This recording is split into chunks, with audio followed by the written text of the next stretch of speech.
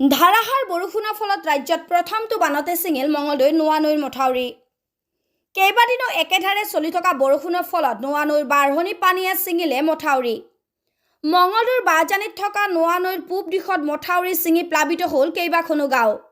কমাৰপাৰা, বাসুৱাপাৰা, বিষ্ণুপুৰ, দলৈচোৱা, পূব বাজানি, পশ্চিম বাজানি, কোঁৱৰপাৰা আদি অঞ্চল প্লাবিত হয়।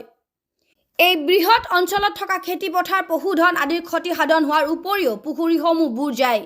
ইয়াৰ উপৰিও মানুহৰ থকা ঘৰতো বাঢ়নি পানী সোমাইছে। যিহেতু পানীৰ পৰিমাণ বৃদ্ধি পায়ে আছে, সেয়েহে নিশাৰ ভিতৰতে আৰু অধিক গাঁও প্লাবিত হোৱাৰ আশংকা কৰিছে স্থানীয় ৰাইজে। এতিয়ালৈ কোনো চৰকাৰী বিষয়া আৰু জনপ্ৰতিনিধিয়ে খবৰ লোৱা নাই বুলি অভিযোগ উত্থাপন কৰিছে স্থানীয় ৰাইজে।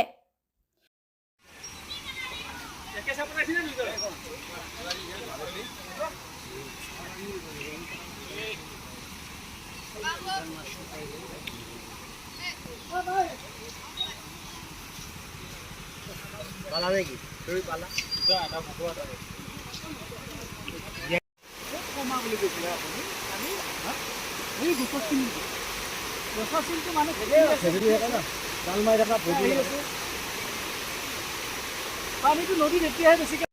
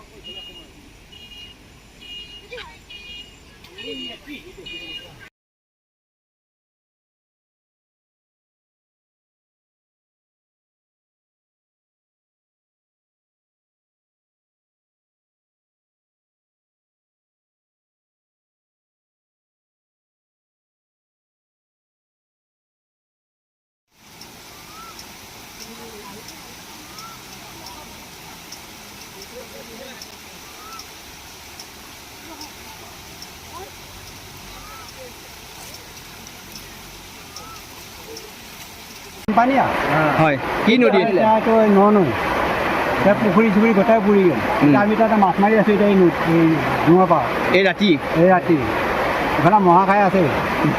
কেনেকৈ মহা খালে কি হ'ব এতিয়া গৰু বা ক'ত আছে ক'ত নাই এতিয়া খবৰ নাই ঘৰত এতিয়া খবৰ লওঁ নাই। প্ৰশাসনৰ মানুহ কোনোবা আহিছেনে? নাই কোনো অহা নাই। এতিয়া প্ৰশাসনৰ মানুহ কেনেকৈ আহিব? তেওঁলোকে যেতিয়া টকা হ'ব তেতিয়াহে আহিব। এতিয়া টকা নাই নহয় তেওঁলোকৰ। তেওঁ গাড়ীত বহি আছে আৰামছে খাই আছে। এতিয়া মানুহ দুখীয়া মানুহ কেনেকৈ আছে মৰি কেনেকৈ আছে সেইটো সেনে খবৰ লোৱা নাই। এতিয়া পানী হৈছে খবৰ ল'ব আহিব লাগিছিল। এতিয়া ওচৰতে তেওঁলোকৰ ঘৰ তেওঁলোক আহিব লাগিছিল বোলে গম পাইছে এনেকুৱা তোৰ টিভিটো দেখা পাইছে। আমাৰ আবেদন তৎকালীনভাৱে তেওঁলোকে আহি আমাৰ ব্যৱস্থা আমাৰ অৱস্থাখিনি তেওঁলোকে দৃষ্টিগোচৰ হ'ব লাগে আৰু যাৱতীয় যিখিনি জৰুৰীকালীনভাৱে ব্যৱস্থা গ্ৰহণ কৰিব পাৰে তেওঁলোকে সোনকালে কৰিব লাগে। কাৰণ নিচেই ওচৰত থকা গাঁওখনৰ অৱস্থা একেবাৰে অৱস্থা বেয়া। এই নদীটো কি নাম, কি ঠাই এইখিনি কওকচোন? নদীটো হৈছে নোৱা নদী। আমাৰ চন্দ্ৰমল দত্তৰ বান্ধৰ কাষেৰে আমাৰ গাইড বান্ধৰ ওচৰে এটা ভাঙি আমাৰ সন্মুখৰ বাজানী গাঁওখন ইতিমধ্যে 80% ডুব গৈছে।